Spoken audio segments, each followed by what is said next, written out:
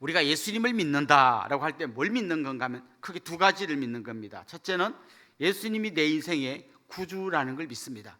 예수님이 나를 대신해서 십자가에 죽으시고 부활하셔서 지금도 나와 함께 하시는, 그래서 나를 하나님과 완전히 화목시켜 주신 바로 구세주다라는 걸 믿는 거예요. 그 다음 두 번째 믿어야 되는 것이 있는데, 예수님이 내 인생의 주인이라는 것을 믿는 겁니다. 예수님이 내 인생의 주인이다라는 말은 무슨 말일까요? 그동안은 내가 내 인생의 주인이에요. 자동차로 비유하자면 내가 핸들을 잡고 내가 가고 싶은 대로 가는 겁니다. 가다가 전봇대도 들이받고 구덩이에도 빠지고 그렇게 막 고생 여기저기 좌충우돌하면서 살아가는 게 원래 내 인생이에요. 자, 그렇다면 예수님을 내 인생의 주인으로 믿는다라는 말은 무슨 말인가 하면, 지금까지 내가 운전하고 갔는데 계속해서 내가 운전하고 가고 예수님은 내 뒤에 타고 오다가 급할 때 아우 주님 좀 밀어주세요, 주님 제가 구덩이에 빠진데 좀 건져주세요, 이럴 때 찾는 게 아니고 이 핸들을 완전히 주님께 맡기고 주님이 인도하시는 대로 저는 따라가겠습니다. 이게 예수님을 내 인생의 주인으로 모시는 거예요. 그래서 정말 주님을 따라가고 예수님을 주인으로 모시는 사람은 주님이 내 삶에서 뭘 원하시는지 끊임없이 귀 기울이고 끊임없이 그 주님의 사인을 바라보아야 하는 것이죠. 여러분 놀랍지 않습니까? 온 우주의 주인이신 하나님이 이 화성시 남양읍에 사는 남들이 알지도 못하는 나한테 관심을 가지시고 내 인생을 책임지시고 끌고 가신다는 게 사실은 어마어마한 이야기입니다. 축구할 때 보면 무조건 열심히 뛰어만 다니는 선수가 있어요. 좋은 선수 아닙니다. 항상 이 선수들은 감독이 어떤 사인을 보는지, 어떤 작전이 지금 펼쳐지고 있는지 그 그림을 보면서 열심히 뛰어야 되는 거죠. 사실 바울 같은 사람 한번 보십시오. 바울이 예수님 만나기 전에 와 정말 열심도 이런 열심이 있을까 싶은 사람이에요. 바울은 율법의 의로는 흠이 없다고 할 만큼 율법을 철저히 지켰습니다. 하나도 안 어기고 지키려고 애를 썼습니다. 그걸로 혼자 그걸 지키는 걸로 끝나는 게 아니라 자기가 볼 때 저 나사렛 이단의 괴수인 예수를 추종하는 무리들, 저런 놈들 싹 없애야 된다 생각해가지고 예수 믿는 사람들을 잡아다 감옥에 가두고 스데반을 돌로 쳐 죽일 때 그 길을 현장 감독하고, 그것도 모자라서 이제 도망가서 저 다메섹까지 도망간 그 사람들, 예수 믿는 사람들 잡아오겠다고 공문을 받아가지고 막 쫓아가는, 그야말로 열심 중에 열심인 사람이었어요. 근데 그의 문제가 뭔가 하면 자기 열심, 자기 의지, 자기 뜻을 따라 열심을 낸 거지 하나님이 자기에게 무슨 사인을 보내시는지, 하나님이 뭘 원하는지는 전혀 관심이 없었어요. 그전에도 하나님이 끊임없이 바울에게 사인을 보냈겠지만 안 봤어요. 그냥 자기 열심으로만 달려간 것이죠. 누가복음 15장에 보면 탕자의 비유가 나오고 거기에 형이 나오는데요, 형은 열심히 자기 아버지의 일을 도와줬습니다. 아주 열심히 있었죠. 그런데 나중에 보면 그가 아버지의 마음을 전혀 알지 못합니다. 그냥 자기 열심히 있었던 겁니다. 저는 오늘 이 자리에 앉아있는 여러분들이 내가 예수를 믿고 혹은 내가 교회에서 열심히 봉사하기 때문에 나는 하나님의 일을 열심히 한다고 생각할 수 있습니다. 전 대표적으로 이런 생각할 수 있는 사람이 목회자라고 생각해요.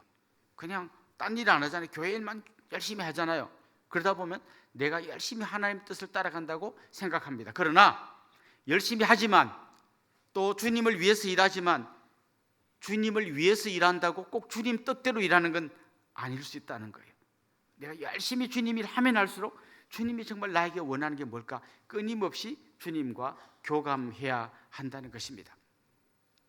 바울은 예수님을 만난 이후에 자기 열심으로만 달려가던 걸 내려놓고 이제는 자기 인생의 핸들을 주님께 맡겼습니다. 그리고 그 주님이 나한테 어떤 사인을 보내는지 끊임없이 귀 기울이고 끊임없이 그 주님의 사인에 눈길을 맞추고 있었습니다. 자, 오늘 본문은 그런 어떤 맥락에서 읽으시면 좀 더 이해가 잘 될 것 같아요. 오늘 본문에 보면 6절에 이런 말씀이 나옵니다. 성령이 아시아에서 말씀을 전하지 못하게 하시거늘, 이런 말씀이 나옵니다. 7절에도 보면 이런 말씀이 또 뒷부분에 나오는데요, 비두니아로 가고자 애쓰되 예수의 영이 허락하지 아니하시는지라. 자, 지금 바울이 하나님 일 하다가 딴 길로 가려는 거 아니에요. 지금 하나님 일 하고 있고 복음 전하고 있습니다. 복음 전하는데 그가 특별히 아시아 쪽, 지금 오늘 우리식으로 말하면 저 터키 쪽으로, 그쪽으로 복음 전하러 가려고 하는데 성령이 그리 못 가게 막으시더라는 거예요. 여러분, 이게 우리가 귀 기울여야 할 굉장히 중요한 말씀입니다. 모두가 다 하나님이 원하는 복음 전파지만 하나님이 지금 이 시점에 내가 어디로 가야 하는지를 인도하고 계신다는 거죠. 그래서 지금 바울은 이쪽으로 가려고 하는데 성령이 막으셔요. 7절에는 성령이란 표현 대신에 예수의 영이 허락하지 아니하시는지라. 그래서 자기가 가고자 하는 길이 막히는 거예요. 오늘 이 본문에 보면 6절에는 성령님이 막으신다고 되어 있고 7절에는 예수의 영이 허락하지 않는다고 되어 있고 10절에 보면 하나님이 그를 다른 쪽으로 인도하셨다고 되어 있어요. 그러니까 성부, 성자, 성령께서 나와 함께 일하고 계시면서 이 길로 가라고 계속 나를 이끄시는 거예요. 때로는 어떤 길을 막기도 하시고 반대로 때로는 어떤 길을 열기도 하시는 거예요. 주님이 막으시는 그 길로 기어이 내가 가겠다고 그냥 길을 쓰고 가는 게 아니라 주님이 나에게 사인을 보내시면 열려진 길로, 주님이 나에게 허락하신 길로 가야 한다는 것이죠. 자, 막혔어요. 그럼 나 어디로 가야 돼요? 그럴 때 바울이 환상을 보았습니다. 10절 말씀 우리 같이 한번 읽어봅시다. 바울이 그 환상을 보았을 때 우리가 곧 마게도냐로 떠나기를 힘쓰니 이는 하나님이 저 사람들에게 복음을 전하라고 우리를 부르신 줄로 인정함이라. 바울이 알았어요. 지금 환상을 통해서 하나님이 나를 마게도냐 지방으로 부르고 있구나, 이걸 알았어요. 왜 이걸 알았냐면 그가 환상 중에 이걸 봤어요. 마게도냐 지역에 있는 한 사람이 환상 중에 나타나가지고 건너와서 우리를 도우라라고 하는 환상을 보았어요. 자, 어쩌면 어떤 사람들은 내가 뭐 그냥 개꿈을 꾸거나 이렇게 넘어갈 수 있는 일이지만 그는 이 환상을 어떻게 받아들였나 하면 주님께서 내가 가고자 하는 아시아 쪽 길을 막으시더니 저 마게도냐 지역으로 나를 보내시려고 이 환상을 보여주시는구나. 중요한 게 이겁니다. 하나님이 바울에게 너는 지금부터 마게도냐로 가라 이렇게 말씀하신 게 아니고 그냥 마게도냐 사람이 건너와서 도우라는 걸 보여주셨는데 그걸 보고 바울이 나를 지금 하나님이 마게도냐 지역으로 보내시는구나, 이렇게 알게 했다는 거죠. 그러니까 여러분이 인생을 살아가는 길 중에서도 하나님이 자꾸 사인을 보내시는 거죠. 내가 하고 싶은 일이 있는데 자꾸 막혀요. 그런데 뜻밖에도 하나님이 자꾸 내가 생각지도 않은 길을 보여주시고 그곳에서 정말 내가 하나님의 사람으로서 일할 게 있다는 걸 계속 보여주십니다. 그때 우리가 그 하나님의 음성에 귀 기울이고 순종하며 가는 것이죠. 저도 제가 목회자가 되기로 한 다음에 이런 마음의 기도가 늘 있었어요. 하나님, 내가 가고 싶은 대로 가지 말고 하나님이 원하시는 곳에, 꼭 필요로 하는 곳에 제가 가게 해주십시오. 이런 기도가 있었어요. 이제 신학대학을 다니다 군대를 가고 이제 제대를 하고 이제 복학을 하려고 준비하고 있다가 친구 집에 한번 놀러 갔어요. 저희 집이 원래 대구였기 때문에 그 대구에 있는 친구 집에 놀러를 갔는데 그 친구의 아버지가 목사님이셨어요. 그래서 친구 집에 갔으니까 목사님 안녕하세요 인사를 드렸더니 목사님이 대뜸 저보고 하시는 말씀이 이 전도사님 이번 여름 성경학교 때 우리 초등부에 오셔서 성경학교 강사를 하세요. 목사님 저 전도사 아니고 이제 지금 군대에서 막 제대해가지고 전도사로 태어난 사람이 어디 있습니까? 이제 사역을 시작하면 전도사가 되는 겁니다. 그래서 얼떨결에 제가 여름 성경학교 강사를 했어요. 그리고 이제 복학할 날이 가까워서 이제 서울로 올라가려고 막 준비하고 있는데 12월 말쯤에 목사님이 전화를 하셨어요. 이 전도사님 1월 첫 주부터 초등부에 부임하세요. 예? 전 지금 서울로 올라가야 되는데 대구에 있는 교회에 와서 사역을 하라는 거예요. 목사님 저 서울에 학교가 있어서 서울로 올라가야 됩니다. 다 이렇게 하는 겁니다. 저랑 이렇게 뭐 할래요가 아니라 그냥 그때 제가 하나님이 필요한 일이어서 나를 이리 부르시는구나. 그래서 제가 그 교회에 전도사로 갔습니다. 그래서 매주 금요일마다 대구로 내려갔다가 월요일 아침에 올라오고 이걸 계속 하는 중에 목사님께서 한 중반쯤에 저는 속으로 한 1년만 그래도 부르셨으니까 순종해야지 했는데 목사님께서 중간에 설교하시다가 쓰러지시고 갑자기 교회가 비상체제가 됐어요. 부목사님이 담임 목사님을 대행하고 저는 초등부 전사인데 막 대학부 초등부를 같이, 나도 대학생인데 같이 막 맡게 되고 정신이 하나도 없는 상황에서 야, 지금 내가 1년하고 떠나는 건 이건 하나님 기뻐하지 않겠다. 그래서 3년 동안 제가 그곳에서 계속 왔다 갔다 하면서 사역을 했습니다. 이제 도저히 신대원의 리포트를 쓸 수가 없어요. 이게 계속 왔다 갔다 하니까. 그래서 이제 교회도 좀 안정되고 또 부목사님 믿는 분이 담임 목사님 되셔서 목사님 저는 이제 좀 서울로 올라가서 제가 한번 열심히 공부를 해야 될 것 같습니다. 목사님께서 허락해 주셔서 이제 나는 서울로 진입해야지 하고 이제 또 우리 선배님들이 많이 있던 강남의 큰 교회에 제가 가려고 딱 마음먹고 있는데 지금 우리 교회 초등부에서 사역하시는 곽광 목사님이 대학 합창단 같이 하시는 분이에요. 지금 우리 교회에 아주 어려운 일이 있는데 와서 같이 좀 합시다. 서울까지 못 가고 수원에서 이제 또 그곳에 가셔서 부르시는 곳이라고 생각하고 가셔서 또 사역을 했습니다. 한 1년쯤 지났는데 대구에 있는 목사님이 다시 전화가 왔어요. 이제 신대원 거의 끝나가니까 내려와서 같이 또 사역합시다. 그래서 또 그 교회로 또 가서 4년 동안 또 사역을 했습니다. 거기서 결혼도 하고 전도사, 강도사, 목사 안수까지 받았습니다. 그런데 또 수원에 있을 때 잠깐 같이 일하던 목사님이 안산동산교회에 급히 사람을 찾고 있으니까 목사님 오십시오. 그래서 저는 한 번도 내가 가고 싶은데 간 게 아니라 오라 해서 가고 오라 해서 가고 오라 해서 동산교회까지 갔어요. 개척할 때도 내가 가고 싶은 동네가 또 따로 있었거든요. 근데 이곳에 교회가 생기기를 기도하는 분이 있습니다. 그래서 저는 하나님이 부르시는 대로 갔다고 늘 생각했어요.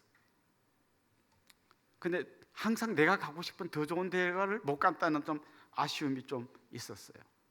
그런데 돌아보면 하나님이 꼭 필요한 곳에, 꼭 내가 훈련받아야 될 게 있는 곳에 그곳으로 나를 보내시는 거예요. 그래서 대구에 갔을 때 목사님은 저한테 굉장히 소중한 걸 가르쳐 주셨는데 기도로 목회를 해야 된다, 이거 가르쳐 주셨어요. 제가 교회 사택에 살았는데 그 한참 30대 때 얼마나 잠이 많습니까? 막 자야 되는 새벽기도 가야 된다 긴장해서 막 자고 있는데 뒷집에 우리 목사님 사택에 있는 담임 목사님이 새벽기도를 가면서 찬송을 부르면서 막 가시는 거예요. 내 주를 가까이 막 찬송 부르면서 가셔. 자다가 깜짝 놀라가지고 몇 시인데 2시야. 목사님 막 2시에 가시는 거예요. 어떨 때는 깨면 3시예요. 막. 교회 굉장히 힘들고 어려운데 목사님이 기도하러 가시는 거예요. 그래서 또 새벽기도 가보면 목사님이 막 기도하는 소리가 들려요. 굉장히 교회 힘들었어요. 그리고 목사님의 자리가 늘 위태로웠어요. 근데 목사님 기도할 때 들려요. 아버지 아시지요? 아버지 아시지요? 막 그 기도를 계속 하시는 거예요. 그 힘든 걸 아무한테도 말하지 않고 혼자서 아버지 아시지요? 아버지 아시지요? 그래서 제가 목회는 이렇게 하는 거구나. 기도하면서 해야 되고 힘들다고 막 어디 가서 누구랑 막 부딪히고 하는 게 아니라 그냥 기도의 자리에 가서 하나님 앞에 다 내놓고 하는 거구나. 그걸 저에게 철저히 교육시켜 주셨어요. 그리고 또 동산교회 와서 그 액티브한 김민중 목사님 목회는 또 이렇게 하는 거구나. 내가 가고 싶어서 막 쫓아다니는 건 아니지만 하나님이 꼭 내가 훈련받아야 될 걸 다 훈련시키셨어요. 저는 여러분에게도 하나님이 끊임없이 사인을 보내신다고 생각해요. 끊임없이 여러분에게 이 마게도니아 환상 같은 걸 보여주신다고 생각해요. 물론 바울처럼 막 환상으로 보지 않겠지만 똑같은 걸 보는데 어떤 사람은 그냥 평범하게 보는데 어떤 사람에게는 그게 하나님이 나에게 뭔가를 말씀하시는구나 이렇게 보이는 분이 있어요. 우리 교회에 한글학교가 지금 굉장히 왕성합니다. 막 100명이 넘는 사람들이 지금 주일날 와서 한국말을 배우고 거기서 또 은혜 받은 사람들이 성경 공부를 하고 예배를 드리고 우리 교회에서 세례를 받고 막 그런 일들이 일어납니다. 이게 처음 어떻게 시작됐냐면요, 우리 교회 집사님들에게 그 외국 사람이 아줌마 나 한국말 좀 가르쳐 주세요.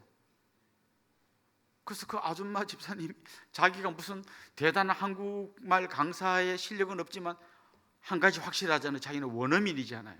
그래서 이 네이티브 스피커로서 열심히 그분에게 한국말을 가르치다 보니까 한 명 한 명 선생님이 늘어나고, 선생님들이 제대로 가서 한국어 교사 자격증도 따고 교육을 받고 학생들이 계속 오고, 그러면서 지금 여기까지 온 거예요. 평범한 나 바빠, 나 잘 못해, 이렇게 끝날 수 있었지만 하나님이 나에게 이런 사인을 보내주시는구나라고 응답하니까 거기서 역사가 일어나게 되는 거죠.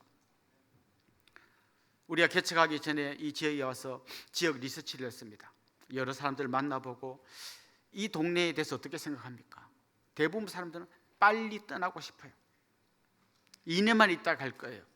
우리의 초등학교 졸업하면 나갈 거예요. 왜 그런가 이렇게 귀 기울여 보니까 전부 다 한결같이 하는 말이 학교 이야기를 해요.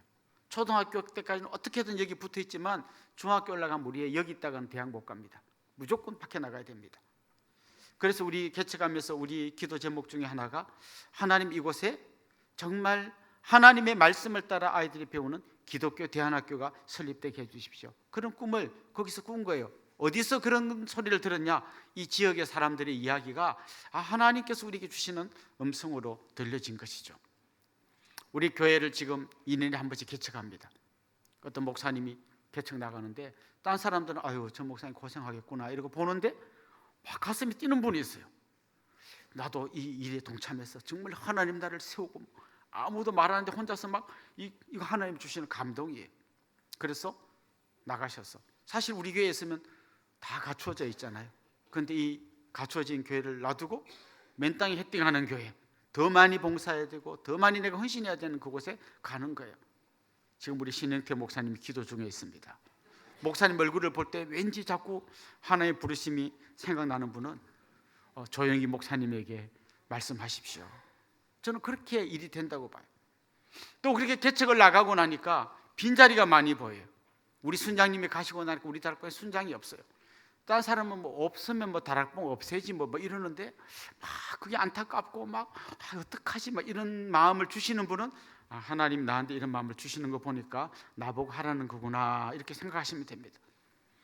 주일학교에 아이를 보내고 이제 아이 데리러 가보니 선생님 한 명이 애 10명을 붙들고 막 어떻게 할지, 아이고 선생님 더 필요할 텐데 어떡하지, 혹시 그런 생각이 드시는 분은 그게 마게도냐 환상인 줄로 알고 그 교사로 섬기시면 됩니다. 바울은 분명히 하나님이 막으시는 길을 때문에 못 갔고 마게도냐 환상을 보고 진짜 마게도냐로 건너간 거예요. 건너갔더니 그 과정에서 하나님 놀라운 일들을 행하시는 거예요. 여러분 이제 이 사도행전을 읽다 보면 이 사도행전의 저자가 누가이거든요. 누가가 어떻게 사도행전을 썼는지 잘 보면 그전에는 자기가 3인칭 전지적 작가 시점에서 썼어요. 그냥 이런 일이 있고 바울이 이렇게 했고 이렇게 하고 막 쓰다가 갑자기 오늘 본문의 10절 16장 10절부터는 우리가라는 말로 이 주어가 바뀌어요. 그러니까 그전까지는 누가가 밖에서 관찰자 입장을 썼는데 10절부터는 자기가 이 팀의 일원이 된 걸 알 수 있어요. 우리가 이제 우리가 건너갔고 그때부터 이제 우리로 바뀌어요. 하나님이 그때부터 누가를 이 선교팀의 동력자로 붙여주셨습니다. 그리고 바울이 건너갔더니 그곳에 있는 사람들에게 복음을 전하다 보니까 루디아라고 한 여인이 복음의 마음을 열고 예수님을 믿게 되고 자기와 같이 자기 집에 머물면서 같이 사회 가자고 해서 새로운 동력자를 얻게 됩니다. 아무 대책 없이 간 것 같지만 하나님이 동력자들을 붙여주면서 그냥 부르시는 게 아니라 부르실 때는 그걸 감당할 수 있도록 하나님이 길을 열어주시는 것이죠. 루디아 입장에서 보면 이런 거예요. 루디아는 그냥 있다 보니까 어떤 분이 전도하러 다니길래 예수님 믿고 그렇게 해서 했는데 나중에 루디아가 천국 가서 이 사도행전을 보면 이런 생각이 들 거예요. 와, 내가 유럽의 첫 번째 신자였네. 우리 집에서 시작된 복음이 로마로 전해지고 로마로 전해진 복음이 온 세계로 전해지고 그랬네 하는 놀라운 사실을 천국 가서 알게 될 거예요. 그때까지 이 여인은 우리 동네 어떤 전도자가 와서 복음 전하게 예수 믿었네 여기까지 말했을 건데 나중에 보니까 어마어마한 일이 일어나는 거예요. 저는 여러분의 인생도 그런 거라고 생각해요. 그냥 나는 어쩌다 보니까 남양까지 왔고, 어쩌다 보니까 여기서 은혜의 동상교를 다니고, 다니다 보니까 예수님을 믿고 뭐 그러다 어떻게 된 것 같은데, 나중에 보니까 나를 통하여 우리 가정에, 우리 가문에 어마어마한 일들이 일어나는 것을 여러분들이 경험하게 될 거라는 것이죠. 그렇습니다. 하나님은 정말 남들이 알지도 못하는, 별로 유명하지도 않은 나를 위하여 바울을 보내시고 누가를 보내시고 어마어마한 전도팀을 보내서 나를 역사의 한복판으로 끌어내시는 거예요. 그리고 하나님의 어마어마한 일에 나를 끼워 넣어 주시는 것이죠.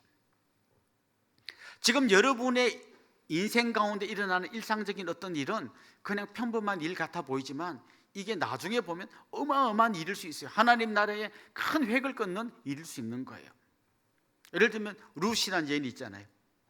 이 여인이 자기 남편 돌아가시고 시어머니 따라서 이제 이스라엘로 왔다가 마음씨 좋은 아저씨를 만나서 결혼해가지고 그렇게 살다가 아기 낳고 그리고 죽었어요. 그 자기 인생 보면 남편 돌아가서 좀 힘들었지만 좋은 분 만나서 결혼하고 그렇게 내가 행복하게 살다 가는구나, 요까지가 자기가 안 거예요.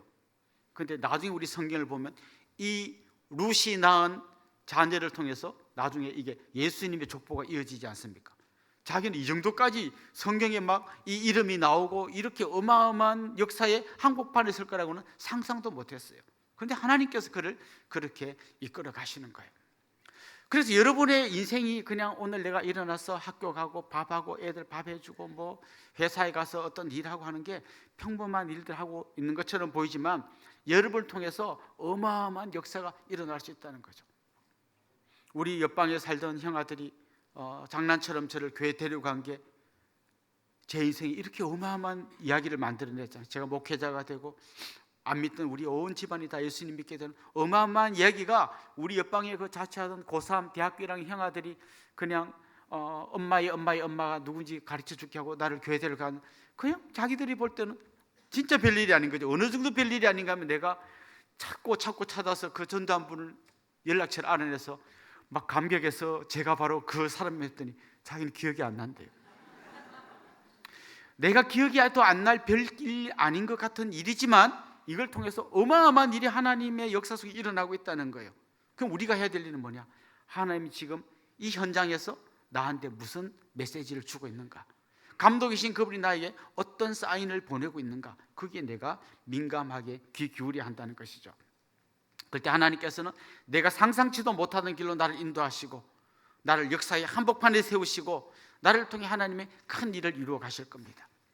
여러분이 하나님의 부름을 받고 섬기던 그 교사의 자리에 앉아있던 그 말썽꾸러기 이 아이가 나중에 목사님이 될 수도 있고 정말 이 주님의 교회를 세워가는 위대한 지도자가 될 수 있다는 걸 기억하시면 좋겠어요.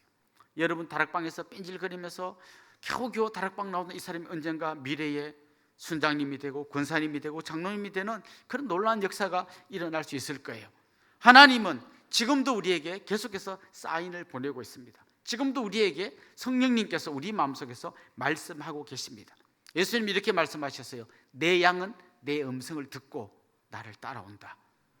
오늘 이 특세를 마무리하는 마지막 시간에 우리가 온전한 복음을 생각하며 이번 2주간을 보내왔는데요, 온전한 복음 바로 이런 것입니다. 내가 예수 믿고 천국 간다, 이거는 복음의 핵심 중에 핵심인데 요 알맹이 요 핵심만 갖고 살면 안 됩니다. 여기에 정말 우리 이웃 가운데, 이 마을 가운데, 내 직장 가운데 하나님이 부르시는 부르심이 뭔가. 정말 이 지역에 연세 많고 식사 못하는 분들이 밥도 못 먹는다는 이야기를 들었다면 하나님이 이래 나를 부르시는구나, 그래서 도시락 배달을 하시는 분들이 있는 거예요. 노동자들을 위해서 한글학교를 섬기고 봉사하는 분들이 있는 거예요. 또 지나가다가 이곳에 있는 정말 죽고 싶어하는 누구를 만날 수도 있고, 정말 짧은 시간이지만 실직해가지고 고통하는 분도 있고, 어떻게든 하나님 이리 만나고 저리 만나고 그곳에서 우리에게 음성을 들려줄 때, 내 마음에 성령께서 감동을 주실 때, 아멘, 제가 별것 아닌 것 같지만 제가 순종하겠습니다. 그 작은 순종을 통해서 하나님께서 우리의 크기를 뛰어넘는 놀라운 일들을 행하여 가실 겁니다. 저는 여러분이 그렇게 하나님과 함께 역사의 한복판에 서시는 분들이 될 수 있기를 주님의 이름으로 축원합니다.